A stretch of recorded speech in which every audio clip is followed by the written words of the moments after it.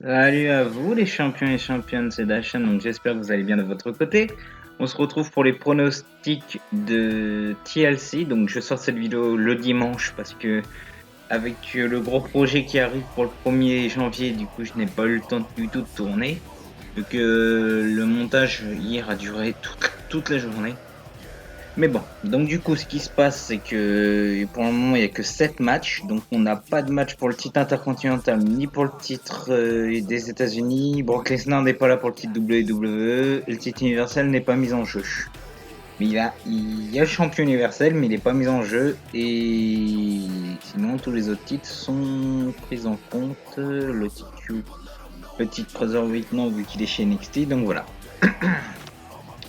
Donc on va commencer, donc il y a plusieurs matchs que j'attends, d'autres que je n'attends pas, et un match je pense qui risque d'être le main event, comme pour l'année dernière, je pense que ça pourrait être les femmes qui pourraient être le main event.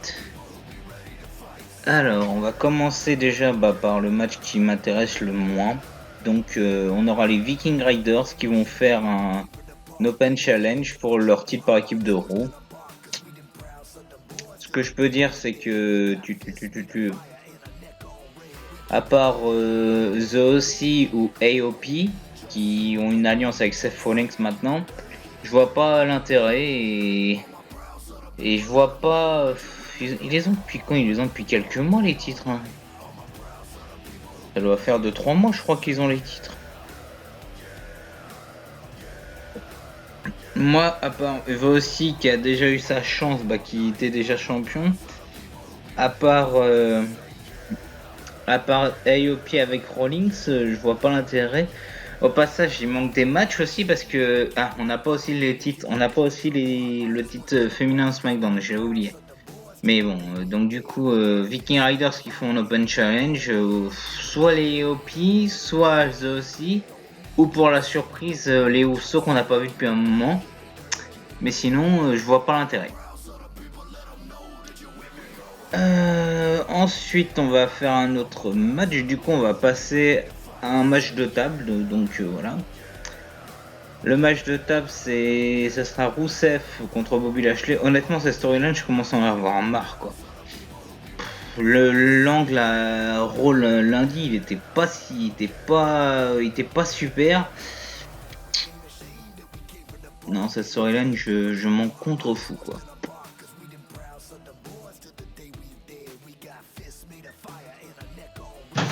Rousseff contre Bobby Lashley, je m'en fous, mais totalement, quoi.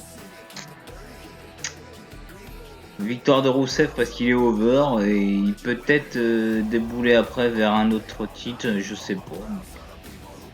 Rousseff contre Bobby Lashley, on sait bien que c'est la storyline, qu'en vrai ils sont pas divorcés, tout ça, mais moi je m'en contrefous, quoi. Ça me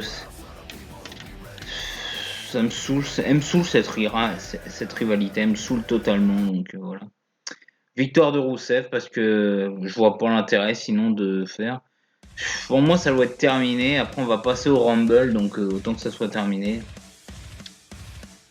Alors ensuite, prochain match, un match pour les titres par équipe de SmackDown du coup. Donc on aura le New Day, donc les champions actuels contre les anciens champions, les Revival.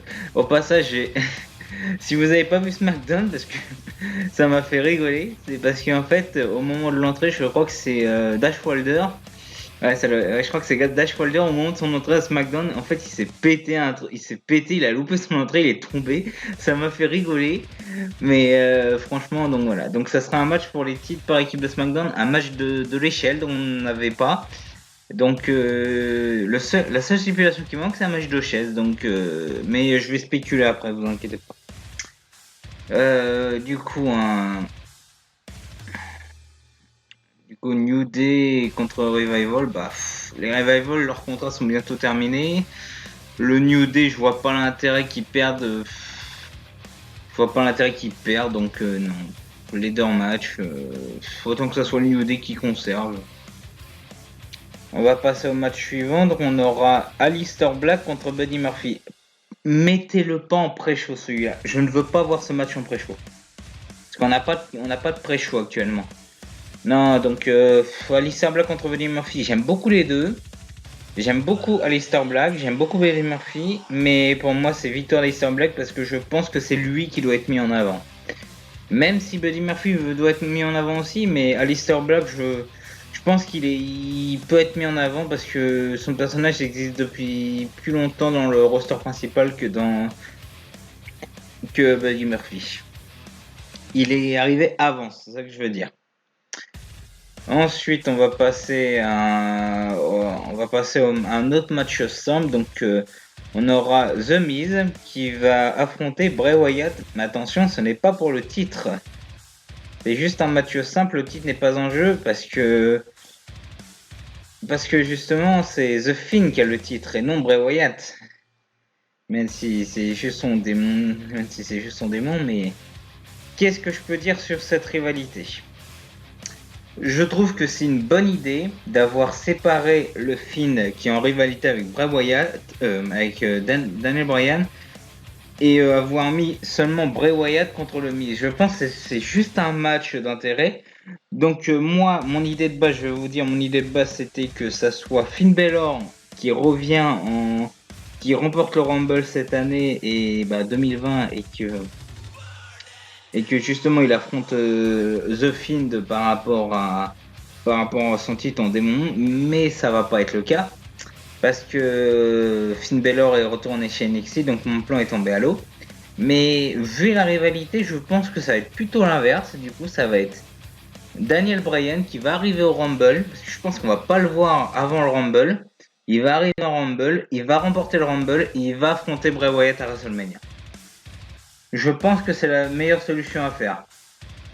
Là, ils ont juste mis ça pour occuper le Miz et ça va être aussi un autre truc par rapport à un autre match. Alors, du coup, pour moi, victoire de Wyatt, parce que son titre n'est pas défendu peut-être. À moins que s'ils vont faire victoire du Miz et Rumble, ils vont faire un match pour un titre. Et du coup, c'est là que Bray Wyatt va remporter son match. Pourquoi pas? Donc, non, je vais changer d'avis, je vais mettre victoire du Miz. Ensuite, on aura Roman Reigns contre King Corbin dans un TLC match.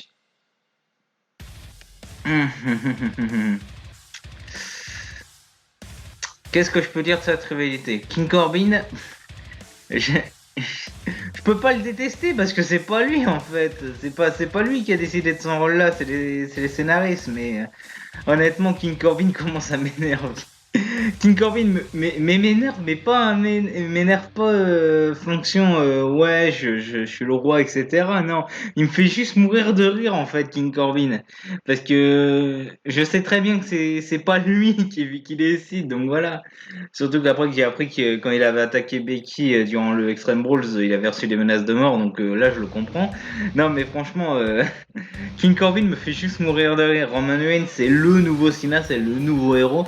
Non, franchement, je pense pour continuer un petit peu la rivalité, parce que jusqu'au Rumble, on va donner une victoire à Corbin et après on va finir la rivalité au Rumble.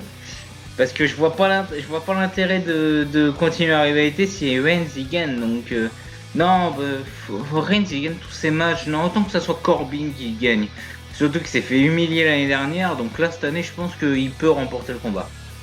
Et on va passer au main event pour moi. Je pense donc que ça sera les Kabuki Warriors, Asuka et Kairi Sane qui défendent leur titre de championne par équipe contre Charlotte Flair. Donc ça c'est plutôt cohérent. Et la championne de Raw, Becky Lynch. Alors là il y a un problème parce que soit Becky redevient Becky Two Bells, mais ça n'arrivera pas. Parce que je pense qu'ils ont mis Becky là-dessus en attendant le Rumble. Je pense qu'ils vont faire un match Charlotte contre Becky au Rumble. Et ma théorie, ça soit Ronda Rousey qui remporte le Rumble. C'est l'année 2020, donc le prochain Rumble, c'est Ronda Rousey qui remporte. pour refaire vraiment Becky contre Ronda à WrestleMania sans Charlotte. Honnêtement, je vois que ça. Comme l'histoire, moi dans ma tête, c'est ça. Ronda Rousey remporte le Rumble. Un an plus tard, il y a la revanche entre les deux. Sauf que le titre a changé de main. Et du coup, pour c'est un TLC en plus, j'avais pas dit, mais un TLC match. Donc, ça va être les Kabuki Warriors. Donc, je pense qu'elles vont tricher. Va y avoir embrouille entre Becky et Charlotte. Va y avoir un va y avoir un Green Mist. Ce qui serait marrant, c'est que Becky ou Charlotte esquive le Green Mist, ça soit Kairi Sane qui se prend le Green Mist dans la gueule, mais que justement Charlotte elle veut pas, ou non, Becky veut pas devenir championne avec Charlotte, elle attaque Charlotte et elle se barre et elle laisse Asuka remporter le match. Ce qui peut justifier après un match entre les deux.